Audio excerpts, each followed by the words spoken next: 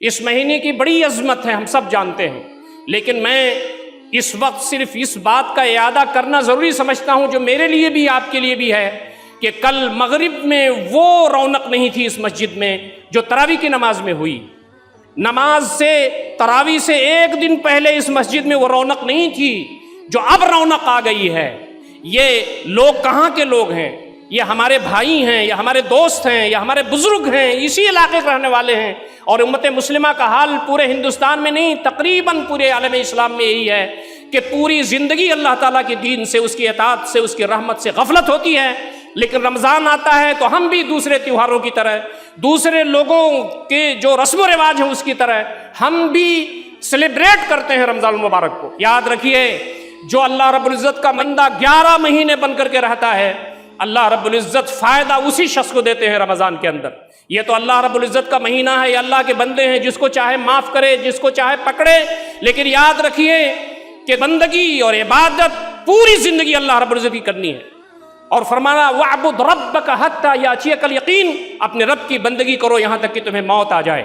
وہی رب شعبان میں بھی تھا، وہی رب رجب میں بھی تھا، وہی رب ربیع الاول میں بھی تھا، وہی رب رمضان میں بھی ہے۔ وہ اپنے بندوں کو دیکھتا ہے جو نماز سے غافل تھے، جو روزے سے غافل تھے، جو تلاوت کلام پاک سے غافل تھے، جو انفاق سے غافل تھے، ان کو کیا بات چڑھ گئی ہے کہ اس رمضان میں وہ آ گئے۔ اور وہی رب جانتا ہے دلوں کے بھیدوں کو کہ جب آخری تراویح ختم ہو جاتی ہے، عید پڑھ لیتے ہیں، ہماری زندگیاں ویسی ہو جاتی ہیں۔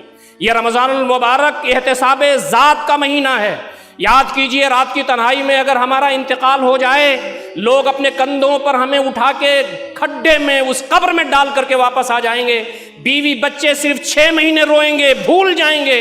ہم ہوں گے، ہمارا رب ہوگا، ہمارے اعمال ہوں گے، ہماری ساری اطاعتیں ہوں گی۔ کیا ان حالات میں ہم کامیاب ہو سکتے ہیں؟ کیا ان حالات میں ہم اللہ کی جنت کے طلبگار بن سکتے ہیں؟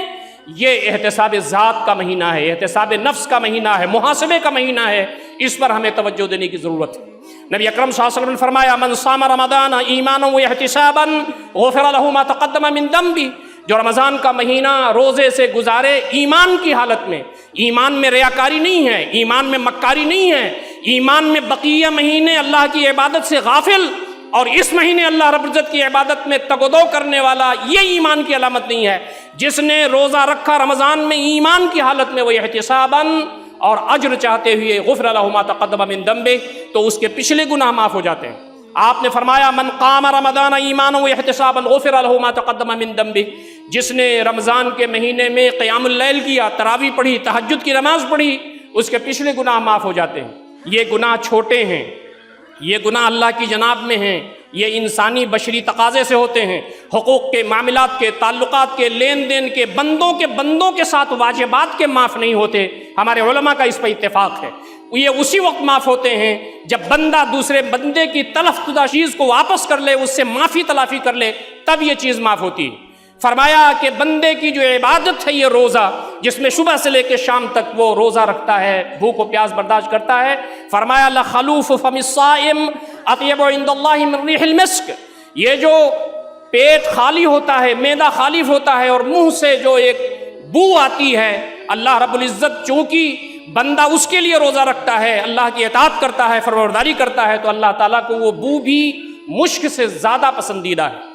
یہ جو عبادت چل رہی ہے، اس کی اہمیت ہمیں سمجھنی چاہیے، اس کے بارے میں اپنے آپ کو زیادہ سنجیدہ کرنے کی ضرورت ہے۔ نبی اکرم صلی اللہ علیہ وسلم نے فرمایا للصائم فرحتان، فرحۃ عند فطرہ وفرحۃ عند لقاء ربہ، روزے دار کے لیے 2 خوشیاں ہیں۔ ایک خوشی تو دنیا میں مل جاتی ہے اس کو، جب وہ افطار سجا کے بیٹھتا ہے اور روزہ افطار کرتا ہے تو خوشی ہوتی ہے کہ میرے مالک جو چیزیں میرے اوپر حرام تھیں اب حلال ہو گئی ہیں، مجھے معلوم ہو گیا ہے پیاس کیا چیز ہے، مجھے معلوم ہو گیا ہے بھوک کیا چیز ہے، مجھے معلوم ہو گیا ہے تیری نعمتیں کیا ہیں، اور میں یہ نیکی بجا لایا تیری جناب میں کہ آج کا روزہ میرا مکمل ہو گیا۔ تو للصائم فرحتان، فرحۃ عند فطری، جب وہ روزہ افطار کرتا ہے تو اس وقت اسے خوشی ہوتی ہے۔ ایک خوشی یہ بھی ہوتی ہے کہ میں جو دعا کر رہا ہوں یہ دعا قبول ہونے والی ہے۔ روزے دار کی دعا قبول ہوتی ہے جب وہ روزہ افطار کر رہا ہوتا ہے۔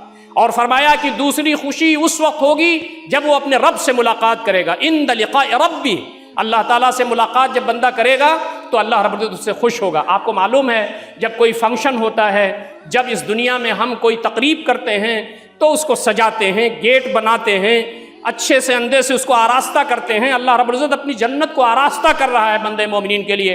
اور یاد رکھیے یہ خصوصی گیٹ اللہ رب العزت بنوائیں گے جنت میں جس کا نام ریان ہے۔ فرمایا یدخل منہ الصائمون، روزے دار اس سے داخل ہوں گے، جب وہ داخل ہو جائیں گے تو وہ گیٹ بند کر دیا جائے گا، فلا يدخل منہ احد، اس کے بعد کوئی شخص اس میں داخل نہیں ہو سکے گا۔ یہ فضیلت ہے اس روزے کی، یہ فضیلت ہے اس مہینے کی۔